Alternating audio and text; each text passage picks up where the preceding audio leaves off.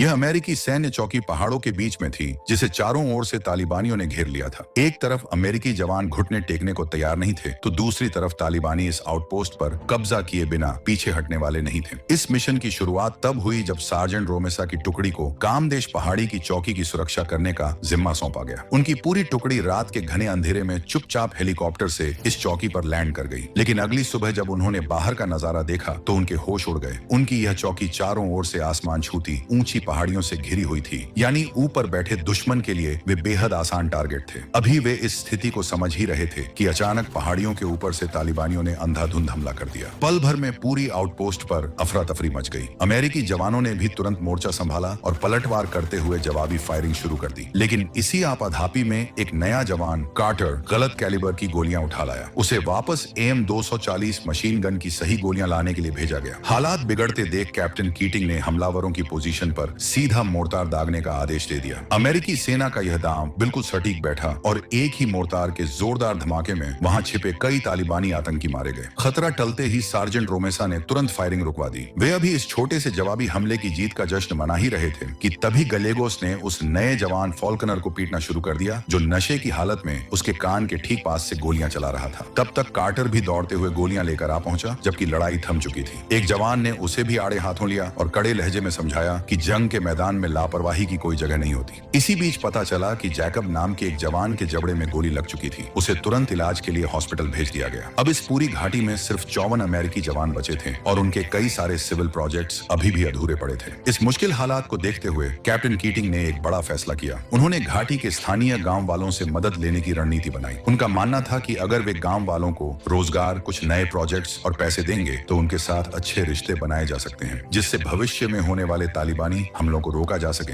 Captain kidding ने मुखियाओं के सामने अपना प्रस्ताव रखते हुए कहा, अगर आप लोग घाटी के नौजवानों को तालिबानियों के बहकावे से दूर रखें तो हम उन्हें अपनी सेना के नए प्रोजेक्ट्स में काम देंगे। इसके साथ ही उन्होंने दूसरी ओर सबसे बड़ी शर्त यह रखी कि घाटी का जो भी नौजवान तालिबानियों की बातों में आकर हथियार उठा चुका है, अगर वह अपने हथियार डाल दे तो US गवर्नमेंट उसे न सिर्फ माफी और काम देगी बल्कि एक अच्छा मुआवजा भी देगी। मुखियाओं को कैप्टन कीटिंग की यह बात बिल्कुल उनके हक में लगी। उन्होंने तुरंत कीटिंग की शर्तों को स्वीकार किया और वहां मौजूद कई भटके हुए लड़कों से उनके हथियार डलवाकर सरेंडर करवा दिया। कैप्टन कीटिंग की इस दरिया दिली और सूझबूझ से प्रभावित होकर कबीले के उन बुजुर्गों ने उन्हें अमात कहकर पुकारा, जिसका स्थानीय भाषा में मतलब होता है एक बेहद नेक और सच्चा इंसान जो उनकी भलाई करने आया हो। लेकिन किस्मत को कुछ और ही मंजूर था। इस शांति समझौते के अगले ही दिन एक दर्दनाक हादसा हो गया। कैप्टन कीटिंग का सैन्य ट्रक पहाड़ी के एक खतरनाक रास्ते से नीचे गहरी खाई में गिर गया और इस हादसे में उनकी मौके पर ही मौत हो गई। इस खबर से पूरी आउटपोस्ट सदमे में आ गई। जल्द ही उनकी जगह एक नए कमांडर कैप्टन यल्लेस्कास की पोस्टिंग की गई। कैप्टन के आते ही कुछ तजुर्बेकार फौजियों ने उन्हें इस आउटपोस्ट को तुरंत बंद करने की सलाह दी। उन्होंने अपनी चिंता जताते हुए साफ कहा कि यह चौकी मौत का कुआं है। यहाँ जंग के दौरान घायल होने वाले जवानों के इलाज के लिए कोई बुनियादी मेडिकल सुविधा नहीं है। इमरजेंसी मेडिकल हेलीकॉप्टर को पहुंचने में भी कम से कम 2 घंटे लगते हैं। इसके बाद सार्जेंट रोमेसा नए कैप्टन को पूरी आउटपोस्ट का मुआयना करवाने ले गए। वहाँ चौकी के एक खास हिस्से में अफगानी सैनिकों की एक स्थानीय टुकड़ी भी तैनात थी, जो अमेरिकी फौज के साथ मिलकर तालिबानी आतंकियों के खिलाफ मोर्चा संभालने आई थी। इसके बाद कैप्टन यल्लेस्कास अपनी आउटपोस्ट के सबसे होनहार जवान किर्क से मिले, जो उस वक्त नहाने की तैयारी कर रहा था। उसी पल तालिबानियों ने पहाड़ियों से अचानक हमला बोल दिया। अमेरिकी खेमे से भी तुरंत जवाबी फायरिंग शुरू कर दी गई। अभी एक मोर्टार का हमला हुआ जिसमें आतंकी मारे गए। लेकिन इस हमले के अगले ही दिन आउटपोस्ट की सुरक्षा में एक बड़ी चूक सामने आई। गांव का एक लड़का चुपके से अमेरिकी चौकी के संवेदनशील इलाकों की तस्वीरें ले रहा था। जैसे ही किर्क की नजर उस पर पड़ी और उसने उसे रुकने को कहा, वह लड़का डरकर भागने लगा। किर्क ने उसे रोकने के लिए हवाई फायरिंग कर दी। डर के मारे वह लड़का एक सैनिक से जा टकराया और वहीं धर दबोचा गया। जब अमेरिकी जवानों ने उसके मोबाइल की जांच की तो उनके होश उड़ गए। उसने सचमुच पूरे मिलिट्री कैंपस और उनकी पोजीशंस की गुप्त तस्वीरें खींच रखी थी। कड़ाई से पूछताछ करने पर उस लड़के ने जो सच उगला, उसने सबको सन्न कर दिया। लड़के ने बताया कि उसके गांव के उन्हीं कबीलाई बुजुर्गों ने, जिन्होंने कुछ दिन पहले कैप्टन कीटिंग से दोस्ती का हाथ मिलाया था, उसे इस चौकी की तस्वीरें खींचने के लिए भेजा था। असल में उन बुजुर्गों ने तालिबानियों से भारी रकम ली थी ताकि वे आतंकियों को यह सटीक जानकारी दे सकें कि नीचे घाटी में बनी अमेरिकी चौकी के हथियार कहां-कहां तैनात हैं। इस गद्दारी की सच्चाई का पता लगाने के लिए कैप्टन यल्लेस्कास ने तुरंत उन कबीलाई बुजुर्गों की एक और इमरजेंसी मीटिंग बुलाई। लेकिन उम्मीद के मुताबिक गांव के वे सारे मुखिया साफ मुकर गए कि उन्होंने तालिबानियों से कोई पैसा लिया है। अपनी गलती मानने के बजाय वे उल्टे सीनाजोरी करने लगे और अमेरिकी सरकार से अपने मुआवजे के पैसों की मांग करने लगे। कैप्टन यल्लेस्कास भी कोई कच्चे खिलाड़ी नहीं थे। उन्होंने कड़े लहजे में मुखियाओं से कहा, तुम्हारे मुआवजे का पैसा हमारे पास आ चुका है, लेकिन वह तुम्हें तब तक नहीं मिलेगा जब तक तुम लोग अपनी ईमानदारी का कोई पुख्ता सबूत नहीं दे देते। कैप्टन के इस सख्त रुख ने गांव वालों को हैरान कर दिया। इस मीटिंग के ठीक अगले ही दिन आउटपोस्ट पर तैनात एक वफादार अफगानी जवान निजाम ने एक बड़ी खुफिया जानकारी दी कि कैप्टन के इस फैसले से गांव वाले बुरी तरह भड़के हुए हैं और वे बहुत जल्द तालिबानियों के साथ मिलकर इस आउटपोस्ट पर अब तक का सबसे घातक हमला करने वाले हैं। कैप्टन यल्लस्कास उसी पल एक सर्च टीम लेकर घाटी का मुआयना करने निकल पड़े। वहाँ रास्ते में एक लंबा लकड़ी का पुल था जिसे चेक करने के लिए कैप्टन अपने साथ एक नए जवान को लेकर आगे बढ़े। जैसे ही कैप्टन का पैर पुल के नीचे छिपे एक घातक बम पर पड़ा, एक जोरदार धमाका हुआ और कैप्टन यल्लस्कास के चीथड़े उड़ गए। कैप्टन के सिर की एक हड्डी उड़कर सीधे उस नए जवान के मुंह में जा फंसी। इस खौफनाक मंजर को अपनी आंखों के सामने देखने के बाद वह नया जवान गहरे डिप्रेशन में चला गया। आउटपोस्ट पर लौटने के बाद वह अपनी ही ठुड्डी पर बंदूक रखकर रोने लगा और बार बार एक ही शब्द दोहरा रहा था, सार्जेंट, मैं इस काम के लिए नहीं बना हूँ। मैं एक बहुत बुरा फौजी हूँ। मेरे डैड बिल्कुल सही कहते थे कि मैं यह कभी नहीं कर पाऊंगा। मुझसे यह नहीं होगा। इससे पहले कि वह जवान खुद को गोली मारता, सार्जेंट रोमेसा ने फुर्ती से गन की मैगजीन बाहर निकाल ली। उसे यकीन दिलाया कि वह कोई बुरा सोल्जर नहीं है। सार्जेंट रोमेसा ने कहा, मैं खुद इस खौफनाक दौर से गुजर चुका हूँ। जब मैं इराक में तैनात था तब मेरे सबसे पक्के दोस्त को एक स्नाइपर ने मेरी आंखों के सामने मार दिया था। मैं भी टूट गया था, लेकिन मैंने खुद को संभाला और आज मैं तुम्हारे सामने खड़ा हूँ। उसी रात उस मानसिक रूप से टूटे हुए जवान को इलाज के लिए वापस घर भेज दिया गया। इसके अगले ही दिन मारे गए कैप्टन यल्लस्कास की जगह एक नए कमांडर कैप्टन ब्रोवार्ड की वहां पोस्टिंग हुई। आउटपोस्ट का मुआयना करते हुए कैप्टन ब्रोवार्ड ने जवानों को एक राहत भरी खबर दी कि इस आउटपोस्ट को जुलाई के महीने में पूरी तरह से बंद करने का सरकारी ऑर्डर आ चुका है। वही सार्जेंट रोमेसा को उसी लकड़ी के पुल से जहां कैप्टन यल्लस्कास की जान गई थी, एक स्थानीय अफगानी लड़के का आईडी कार्ड मिला था। वे चाहते थे कि तुरंत गांव में सर्च ऑपरेशन चलाकर उस गद्दार लड़के को गिरफ्तार किया जाए। वे अपने कमांडर को मारने वाले कातिल को ऐसे खुलेआम घूमते हुए नहीं छोड़ सकते थे, लेकिन नए कैप्टन ब्रोवार्ड कोई नया विवाद नहीं चाहते थे। उनका मानना था कि इस कार्रवाई से गांव वाले नाराज हो सकते हैं और माहौल और बिगड़ सकता है। जल्द ही आउटपोस्ट के सभी जवानों को समझ आ गया कि उनका नया कैप्टन ब्रोवार्ड बेहद डरपोक और कायर इंसान है। वह पेशाब प्लास्टिक की बोतल में करता था ताकि उसे बाहर न जाना पड़े। जब उसे टॉयलेट जाना होता तो वह अपने साथ एक हथियारबंद सुरक्षा गार्ड लेकर जाता था। उसी रात तालिबानियों ने एक बहुत ही घातक हमला किया। उन्होंने ठीक उसी जगह को निशाना बनाकर मोर्टार दागे जहां अमेरिकी जवानों के गोला बारूद रखे हुए थे। दुश्मन अब बेहद ताकतवर हो चुका था। इसी खौफनाक माहौल के बीच कैप्टन ब्रोवार्ड ने पूरी बटालियन को एक बड़ी खबर दी। उन्होंने बताया कि आगामी 6 अक्टूबर को इस आउटपोस्ट को हमेशा के लिए बंद कर दिया जाएगा। वो खुद बेस बंद होने से पहले ही वापस अपने घर लौट रहे हैं, यानी जब तक उनकी जगह कोई नया कैप्टन इस खतरनाक घाटी में पोस्ट होकर नहीं आ जाता। इस पूरी आउटपोस्ट की कमान लेफ्टिनेंट बुंडरमैन को संभालना होगा। आउटपोस्ट की कमान हाथ में आते ही लेफ्टिनेंट बुंडरमैन ने पूरी बटालियन को कड़े शब्दों में सचेत किया कि बेस बंद होने वाली इस खबर को बेहद गुप्त रखना होगा। यह जानकारी किसी भी कीमत पर लीक नहीं होनी चाहिए। लेकिन महीनों से मौत के साये में जी रहे जवान कहां मानने वाले थे। आउटपोस्ट के बंद होने और घर लौटने की खुशी में वे इतने उतावले हो गए कि सैटेलाइट फोन से अपने अपने घर परिवार वालों को फोन करके यह खुशखबरी देने लगे। उन्हें अंदाजा भी नहीं था कि उनकी यह लापरवाही सीधे तालिबान के खुफिया नेटवर्क तक पहुंच रही थी और आखिरकार इतिहास का वो सबसे खौफनाक दिन आ ही गया। 3 अक्टूबर 2009 पूरी घाटी गोलियों और मोर्टार के भयंकर धमाकों से दहल उठी। लेफ्टिनेंट बुंडरमैन ने तुरंत अपनी सुध-बुध संभाली और जवाबी कार्रवाई के लिए मोर्टार दागने का आदेश दे दिया। लेकिन जैसे ही जवान जवाबी हमले के लिए बाहर निकले, एक अमेरिकी जवान को दुश्मन की गोली लग गई। दूसरा जवान उसे घसीटकर कवर में ले जाने लगा। ठीक उसी पल उनके पैर के पास एक बम फटा जिसमें वह दूसरा जवान भी गंभीर रूप से घायल हो गया। तीसरे जवान ने किसी तरह अपनी जान दांव पर लगाकर उनको घसीटा और कवर के पीछे लाया, लेकिन तब तक पहला जवान दम तोड़ चुका था। दूसरी तरफ तैनात एक मशीन गनर के सिर पर भी दुश्मन की गोली लगी, लेकिन किस्मत अच्छी थी कि उसके मजबूत हेलमेट ने उसकी जान बचा ली। अब तक लेफ्टिनेंट बुंडरमैन रेडियो पर हवाई हमले की मांग कर चुके थे, लेकिन किस्मत ने यहाँ भी उनका साथ नहीं दिया। खराब मौसम की वजह से घातक अपाचे हेलीकॉप्टर्स को वहां पहुंचने में कम से कम 2 घंटे का समय लगना था। यानी इन 54 जवानों को किसी भी कीमत पर अगले 2 घंटे तक अकेले ही पहाड़ों से बरसती मौत को रोक कर रखना था। सार्जेंट रोमेसा ने तुरंत मोर्चा संभाला। उन्होंने जामबाज किर्क और गैलेगोस को सर्विलांस पोस्ट पर कमान संभालने की जिम्मेदारी दी और सभी जवानों ने अपनी कमर कस ली। इसी दौरान युद्ध के मैदान में एक शर्मनाक नजारा देखने को मिला। सुरक्षा में तैनात अफगानी सैनिक उल्टे पैर धुम दबाकर भागते हुए दिखाई दिए। जल्द ही गैलेगोस की LRA-S2 टीम अपनी पोजीशन पर पहुंचे और गोलियों की बौछार करनी शुरू कर दी। तभी अचानक एक जवान की .50 कैलिबर की गोलियां पूरी तरह खत्म हो गईं। बदकिस्मती से गैलेगोस की मशीन गन भी बीच जंग में जाम हो गई। अब उनके पास दुश्मनों को रोकने का कोई रास्ता नहीं था, इसलिए उन्हें अपनी जान बचाने के लिए LRAS-2 के अंदर ही छिपना पड़ा। वहीं से गैलेगोस ने बेहद घबराए हुए लहजे में रेडियो पर मैसेज भेजा। इधर सार्जेंट रोमेसा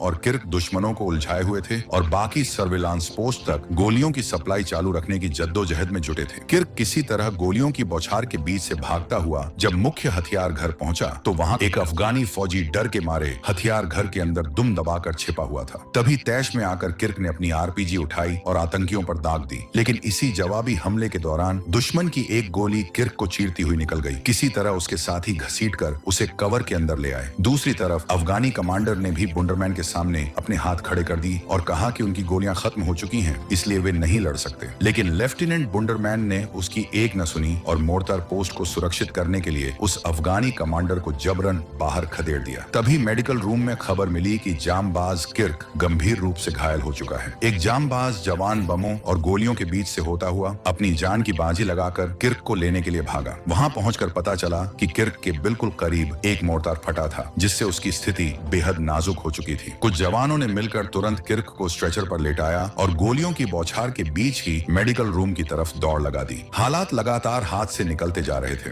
LRAS-1 और LRAS-2 पोस्ट पर फंसे जवानों के लिए कुछ सैनिकों को गोलियों के बक्से देकर रवाना किया गया, लेकिन खुले मैदान को पार करते समय उनमें से एक सोल्जर को दुश्मन स्नाइपर की गोली लग गई। उसके साथियों ने बिना वक्त गंवाए स्नाइपर की नजर से बचने के लिए वहां स्मोक ग्रेनेड फैलाया और उसे उठाकर मेडिकल रूम में लाए, लेकिन अफसोस तब तक बहुत देर हो चुकी थी। उधर मेडिकल रूम में भर्ती किर्क की धड़कनें भी बहुत धीमी हो चुकी थी और वह जिंदगी और मौत की जंग लड़ रहा था। इधर सार्जेंट रोमेसा अकेले ही कई दुश्मनों को ढेर करते जा रहे थे और अब उनका एकमात्र लक्ष्य किसी भी तरह LRAS-2 में फंसे गैलेगोस और उसके साथियों तक पहुंचना था। तभी रेडियो पर एक राहत भरी खबर मिली कि अगले 40 मिनट में अपाचे हेलीकॉप्टर्स उनके सिर के ऊपर होंगे। लेकिन सबसे बड़ी दिक्कत यह थी कि अगर अगले 5 मिनट में गोलियों की सप्लाई नहीं हुई तो वे इन 40 मिनटों के आने से पहले ही पूरी तरह खत्म हो जाएंगे। इसी बीच तालिबानियों ने एक बड़ा धमाका करके LRAS-2 की मैन मशीन गन को ही उड़ा दिया। इस बात से बेखबर कार्टर गोलियों के भारी बक्से लेकर उनकी तरफ भागा चला आ रहा था। चारों ओर से बरस रहे बमों और गोलियों के हमले से किसी तरह खुद को बचाता हुआ कार्टर आखिरकार LRAS-2 के अंदर पहुंच ही गया। उसने जैसे ही गैलेगोस की टीम को मैगजीन सौंपी, ठीक उसी पल एक और शक्तिशाली बम उनके करीब आकर फटा। कैंप के हर हिस्से का यही खौफनाक मंजर था। इसी दौरान सार्जेंट रोमेसा ने गैलेगोस की टीम को सुरक्षित वापस मुख्य बैरक में लाने के लिए एक मशीन गन संभाली। उन्होंने मशीन गन से पहाड़ों पर छिपे दुश्मनों पर अंधाधुंध फायरिंग शुरू कर दी ताकि गैलेगोस की टीम को बाहर निकलने का कवर मिल सके। लेकिन जैसे ही रोमेसा की गन रीलोड पर आई, दुश्मनों ने मौका पाकर एक RPG दागी और सार्जेंट की उस मशीन गन के परखच्चे उड़ा दिए। इस भयानक धमाके में रोमेसा और उनका साथी किसी तरह जिंदा तो बच गए, लेकिन सार्जेंट रोमेसा का हाथ बुरी तरह लहूलुहान हो चुका था। कोई और रास्ता न देख रोमेसा ने बेहद भारी मन से गैलेगोस को रेडियो पर कहा, गैलेगोस, हम तुम्हें बचाने नहीं आ सकते। दुश्मनों ने हमें चारों ओर से घेर लिया है, तुम्हें वहीं पोजीशन होल्ड करनी होगी। उधर सार्जेंट हार्ट की एक और टीम LRAS-2 को बचाने की आखिरी तैयारी कर चुकी थी। रोमेसा ने उन्हें समझाते हुए सख्त हिदायत दी कि तुम्हें सीधे शॉर्टकट रास्ते से नहीं जाना है, वहां मौत खड़ी है। भले ही टाइम थोड़ा ज्यादा लगे, लेकिन तुम्हें कवर से होकर ही आगे बढ़ना होगा। तभी अचानक मेडिकल रूम से एक बेहद दुखद खबर आई कि चोटों की वजह से जामबाज किर्क ने दम तोड़ दिया है। खौफ अपने चरम पर था। वहीं पोस्ट पर बैठा उनका खुद का एक स्नाइपर डर के मारे हार मानकर बैठ चुका था। सार्जेंट रोमेसा ने तुरंत उस सहमे हुए जवान से उसकी स्नाइपर राइफल ली, अपने साथी से दुश्मन स्नाइपर की लोकेशन पता लगाया, बंदूक का निशाना साधा, एक गहरी सांस ली और पलक झपकते ही उस खतरनाक दुश्मन स्नाइपर को एक सटीक हेडशॉट से वहीं ढेर कर दिया। लेकिन एक आफत टलती उससे पहले ही दूसरी बड़ी मुसीबत आ धमकी। रेडियो पर खबर आई कि आउटपोस्ट के मेन गेट को तोड़कर सैकड़ों तालिबानी आतंकी अब कैंपस के अंदर घुसने लगे हैं। अमेरिकी फौजी अंदर घुसते आतंकियों पर लगातार ग्रेनेड और गोलियों की बौछार करते जा रहे थे, लेकिन दुश्मनों का हुजूम घटने का नाम ही नहीं ले रहा था। वे किसी टिड्डी दल की तरह चारों तरफ से बढ़े चले आ रहे थे। इधर सार्जेंट हार्ट एक बख्तरबंद ट्रक में सवार हुए और LRAS-2 पोस्ट पर फंसे अपने साथी सैनिकों को सुरक्षित बचाने के लिए निकल पड़े। उधर जब गैलेगोस ने बाहर के बदतर हालात देखे